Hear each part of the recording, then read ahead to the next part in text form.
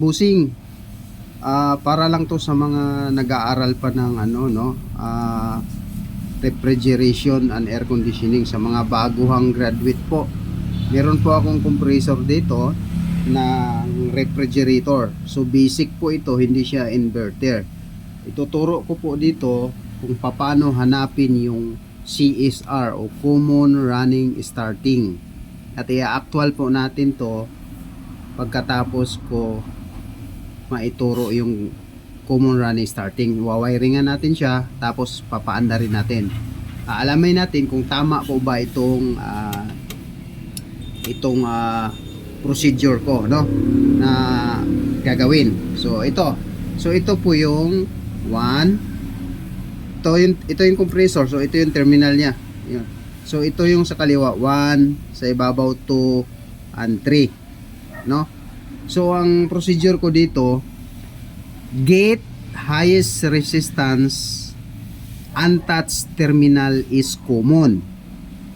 Using common terminal, highest reading is starting, no?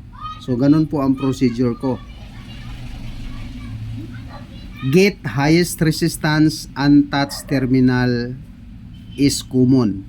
Using common terminal, highest reading is starting. So ito yon, gagawin natin. Kukuhanan muna natin ng reading. So re-reading ako ng 1 at saka 2.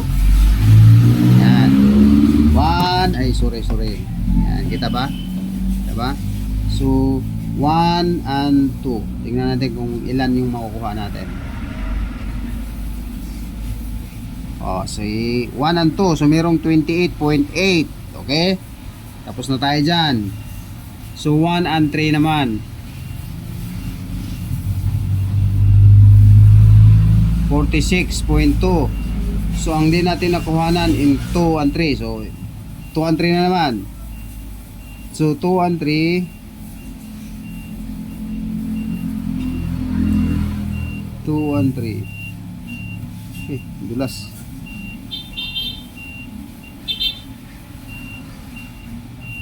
18.2. Diba napansin nyo yung mataas kanina, ito yung dalawa, yung 1 and 3, yun yung mataas na reading, diba? Ayan, 45.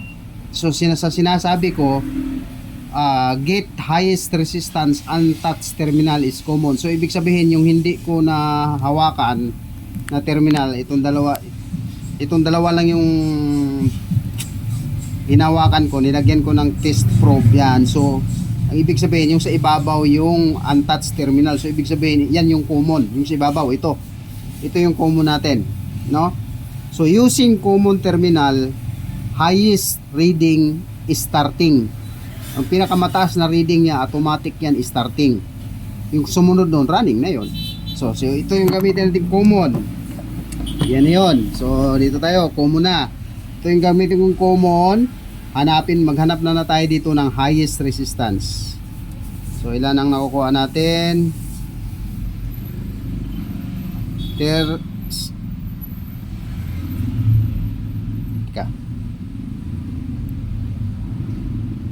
Ilan yan? 29 ohms. So dito tayo sa 1 and 3,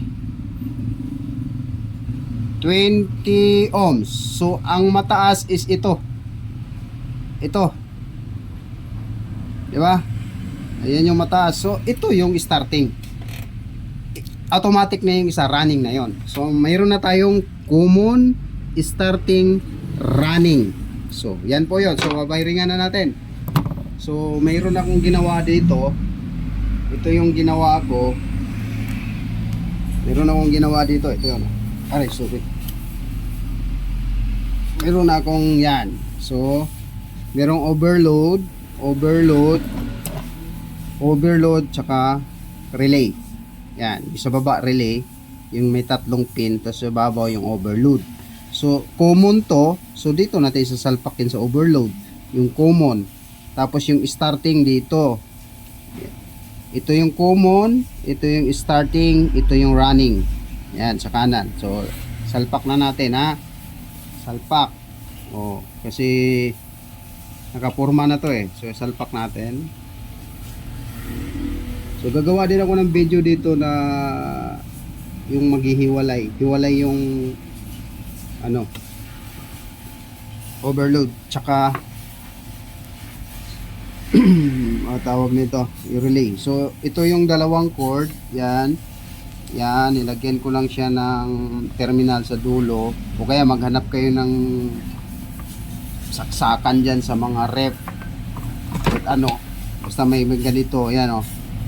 So dalawa lang yung wire na yan, kahit saan naman dito pwede baliktaran yan. So ilalagay ko tong brown sa ibabaw, yan, okay. Tapos itong blue dito tayo sa running kasi yan yung lalagyan natin ng power running, okay. O, sa mga nag-aaral lang to boys ha, hindi to pwede sa mga magagaling kasi basic na basic lang to, alam na alam nila kahit pikit, kahit nakapikit alam na alam nila yan. Sa mga beginners lang po ito at saka gustong mag DIY. So hindi po to para sa mga technician na talaga ha, kasi basic na basic po ito. So meron tayong common, meron tayong running. Yung relay, yan yung magpapa-start, magpapadikit sa running at saka starting, tapos bigla siyang mawawala once na mapa-start na niya, no? So lagyan natin ng amperahe para malalaman natin kung gumagana. Okay? So nakalagay tayo sa 6 ampere. So lagyan ko lang dito sa common, tayo. Oh. So kita ba? Yan, gano'n mo ito ng konti. Ayan, para kita. Yo. Okay, so sasaksak ko na ha. Saksak ko na. Tingnan natin kung gagana. Okay? Oh. Okay? Meron tayong 0.8 gumagana. Ito, ano? Oh. Okay, so tama yung ng ating procedure, no? Tama yung procedure natin sa pagkuha ng common running starting. Ang procedure is get the highest resistance, untouched terminal is common. Using common terminal, highest reading is starting. Tapos yung natira, yun yung running. So gumagana siya guys. So ganun lang ang pagkuha ng common running and starting sa refrigerator. Okay? Yan guys, yun na po. Sa sunod din na video, maraming salamat sa inyo. Bye bye.